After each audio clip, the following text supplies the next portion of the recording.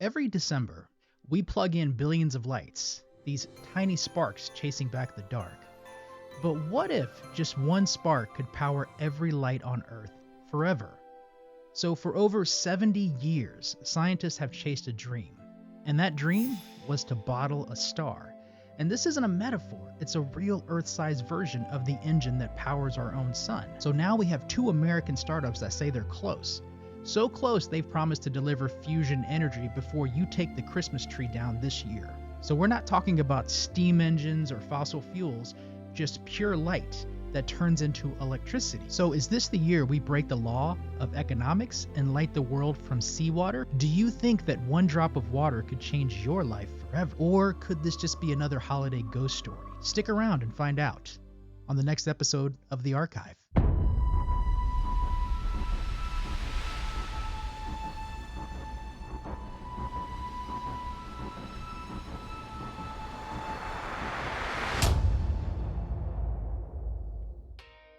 Okay, so there's fission, there's fusion, and then there's the always popular sci-fi heartbreaker, cold fusion.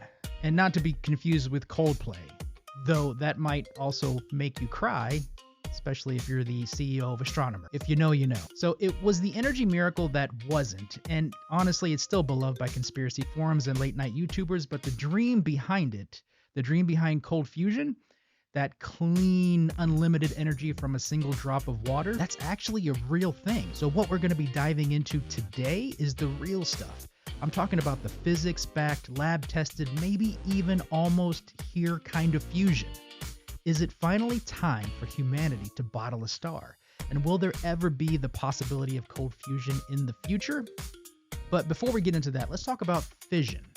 So in fission, we take big unstable atoms like uranium and then we crack them open. That releases energy in the form of heat, which boils water into steam, which spins turbines, which makes your toaster work.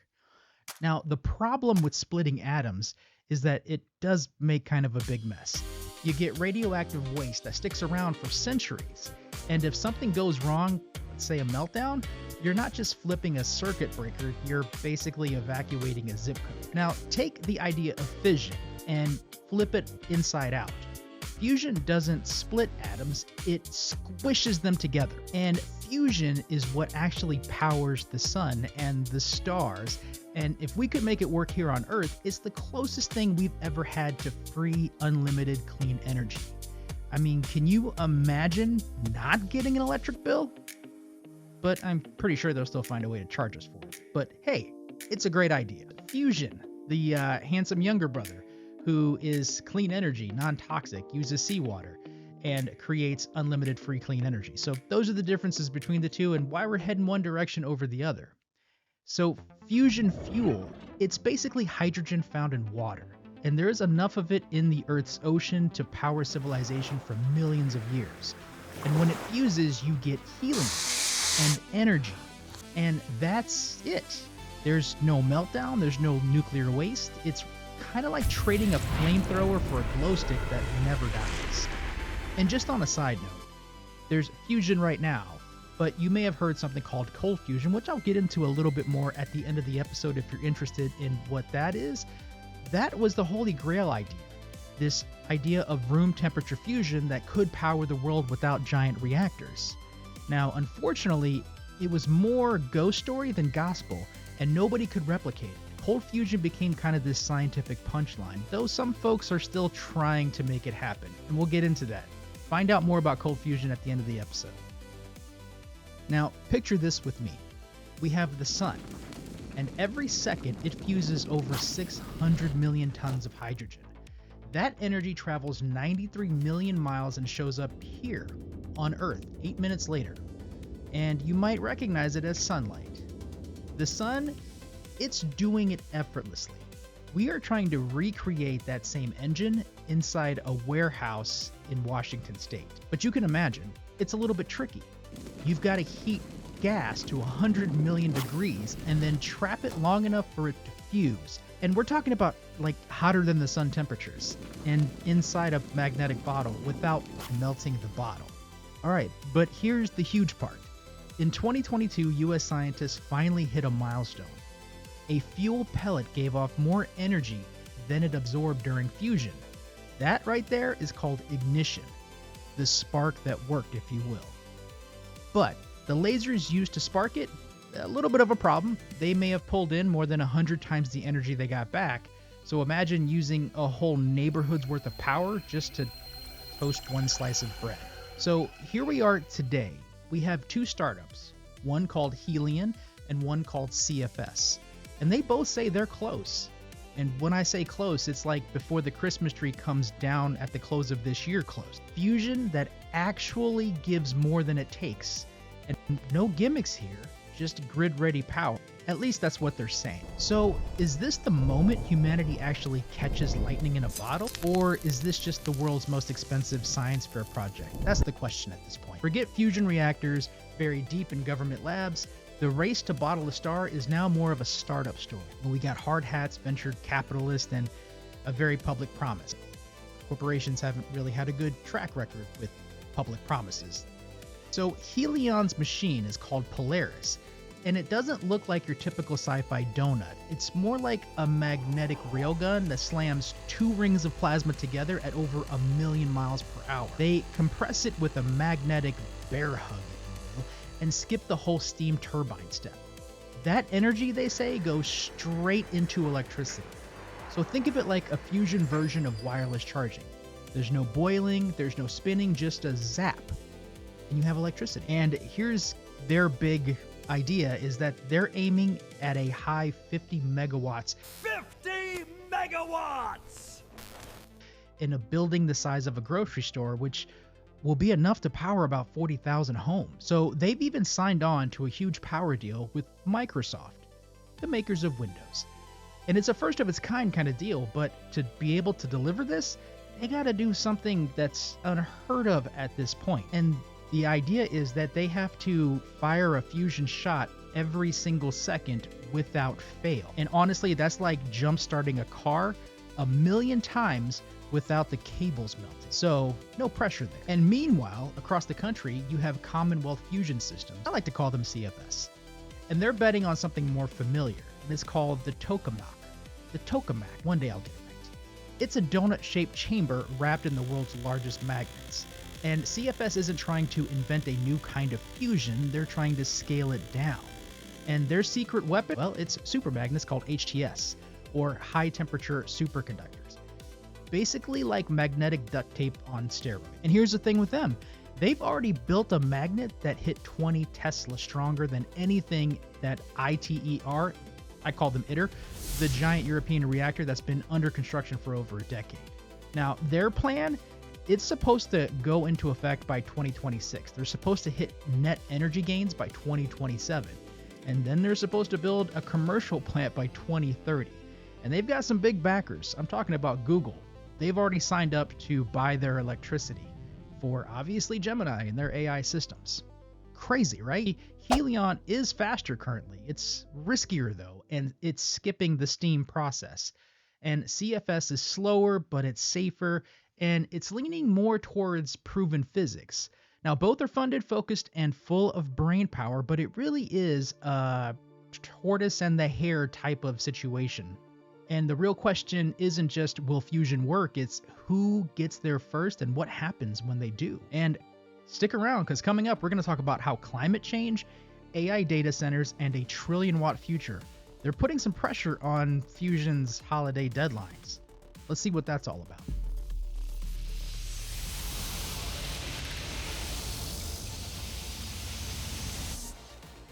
So here's the truth that nobody wants to say out loud. So here we go. Our energy system is cracking under pressure, and it's not just about climate anymore.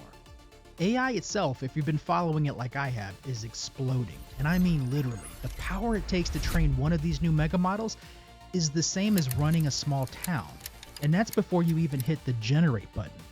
Look up banking the AI systems and you'll get an idea of how much money and power it takes just to do that.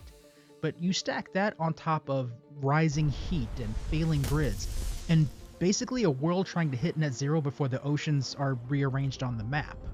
So needless to say, we need more power. And I'm talking way more power. But with great power comes great responsibility. We also need it to be cleaner, more reliable, and not just when the wind blows or the sun shines, but 24 hours, 7 days a week. And that's where fusion comes in. Because if anyone can make this work, it doesn't just change the game, it resets the board. And you may be asking yourself a question about why can't we use wind or solar or even batteries? And it really comes down to when fossil fuels are gone, we need something more than solar and wind to be able to replace it, because there is a lot more energy needs that are going to be required, and fusion is really the only path forward to be able to get there. And driving the push for fusion, big tech. Go figure. Big tech isn't waiting. Google, Microsoft, Nucor Steel, they're placing real money on real timelines. They have power purchase agreements, private equity, and even policy lobbying. In the US, fusion also just got reclassified. It's no longer treated like a nuclear bomb factory. It's now more regulated, more like a particle accelerator. And that means you're looking at faster approvals, faster prototypes, and maybe a long shot, but maybe a shot at Christmas. Now, Helion wants to deliver electricity to Microsoft by 2028, and CFS wants to prove net energy by 2027. And dozens of smaller players are also chasing weird, wonderful concepts, from everything from lasers to vortex reactor. So yeah, the pressure's real, and not just for the science and not just for the startups, but for all of us who are going to need more juice and fewer emissions, and a miracle that actually might just fit inside of a building. But the real question is, can we hit net energy by Christmas of this year? Or is it just going to be a box of coal? So in the grand scheme of things, who's actually closer to pulling this off before the end of the year? So you have Helion, and their strengths are really direct power. There's no steam loss. They're compact in size, and they are faster builds. And Microsoft buying equals real pressure, and they're already firing shots. But this system that they have needs to fire every second reliably. And we're talking fuel, helium-3, and it must be bred on site. And the engineering margins for this are razor thin. So, as I mentioned earlier, very risky. To make electricity, Polaris has to shoot plasma like clockwork, once per second, millions of times a year. And they have to do this without frying its own components. Think of it like hitting a home run every second with your bat on fire. It just sounds like it's gonna fail. And then on the other side of it, you have CFS, and they have a proven concept. They use the strongest magnets ever built. They got another backer, Google, already in line to buy, and NRC-friendly scale-up paths. But they also have some barriers as well. They're still building, and there's this steam cycle equals energy loss, and they need to manage high neutron loads over time. And the first plasma is still 18 months away. So the question in this segment is, how likely is fusion by Christmas? Most experts say that there might be a 35% chance that one of these machines may have a scientific net gain by December 25th, but the actual grid-connected electricity, like flipping a fusion-powered switch, they give that less than 5% odds. So Vegas, if you're out there. Now, low odds doesn't mean that this is low impact. You got to remember, the Wright brothers didn't build a 747. What they built was their first flight, and that first flight changed just about everything. So even a flicker of net energy would prove that fusion can actually give back more than it takes, and after 70 years of promises, that would be a fusion first. So even if one of these machines delivers just a little bit of net energy, it will change just about everything that we know going forward in the future. And to think back on it, there seems to be a lot of things lately that seem to be changing the future, or we're in a pivotal moment in history. But can clean electricity, on-demand electricity, I'm talking 24 hours, 7 days a week, anywhere, no carbon, no radioactive waste. I mean, you don't have to babysit it for 10,000 years. Uranium, thank you very much. But fusion isn't just a better battery, it's a new engine for our grid, for desalinization, for everything from space flight to cars. But honestly, it's one of those dreams that you hope happen, because I would love it if we had an energy revolution, But to not get ahead of ourselves, one successful fusion shot is like building the right flyer, but we still have to build things like the 747 and then the airport and then the traffic control system. So there's still a lot of work that needs to be done in this field, but it does provide a little bit of hope that in the future, electricity might be free. But as great as that is, just scaling up will be a moonshot of its own. But if we pull it off, the last watt of fusion energy could cost pennies, if not free. But I'm sure it's going to cost pennies, because nothing in this world is free. The first working fusion reactor won't solve climate change, but it might be the thing that helps us outrun it. And now, after decades of dead ends and jokes about it being 30 years away, we're close enough to taste the light. Okay, if you're still watching, thank you for still tuning into this. So let's talk about the conspiracy of cold fusion, or as I like to call it, the sci-fi heartbreaker. So cold fusion is what you want to call the unicorn in the room. So in March 23rd, 1989, the University of Utah, there were two chemists, a guy named Fleischmann and Pons, and they basically stunned the world, claiming that they achieved fusion at room temperature. And they did this in test tubes. There wasn't a multi-million-dollar warehouse that was required. So how'd they do this? What was their trick? So they ran electricity through heavy water. That's what water with deuterium is. And they ran this heavy water through palladium electrodes. It's a metal that can absorb hydrogen. And then, poof, the magic. The temperature inside the cell jumped from around 30 degrees Celsius to over 50 degrees Celsius. That's excess heat, and more than their input energy could actually explain. They even claimed to have detected tiny bits of nuclear smoke, some neutrons and tritium. Now, in theory, deuterium nuclei packed into palladium might fuse under the right stress. Imagine like squeezing hydrogen atoms so tight, so close together that nuclear forces win over their natural repulsion. Well, that's the hope anyways. So they used a device that carefully measured heat output versus electrical input, and when the heat output kept showing up without any chemical explanation, they said it's nuclear. Unfortunately though, the world tried to replicate it, and it couldn't.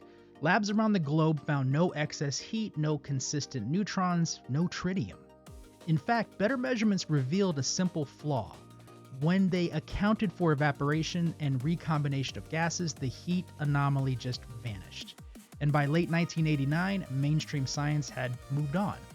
Critics called it a classic case of pathologically flawed methodology. Say that 3 times. So despite this, a few researchers kept at it, calling it LENR, or low-energy nuclear reactions. And in 2016, Chemical and Engineering News reported a tiny but dedicated group is still chasing strange excess heat signals.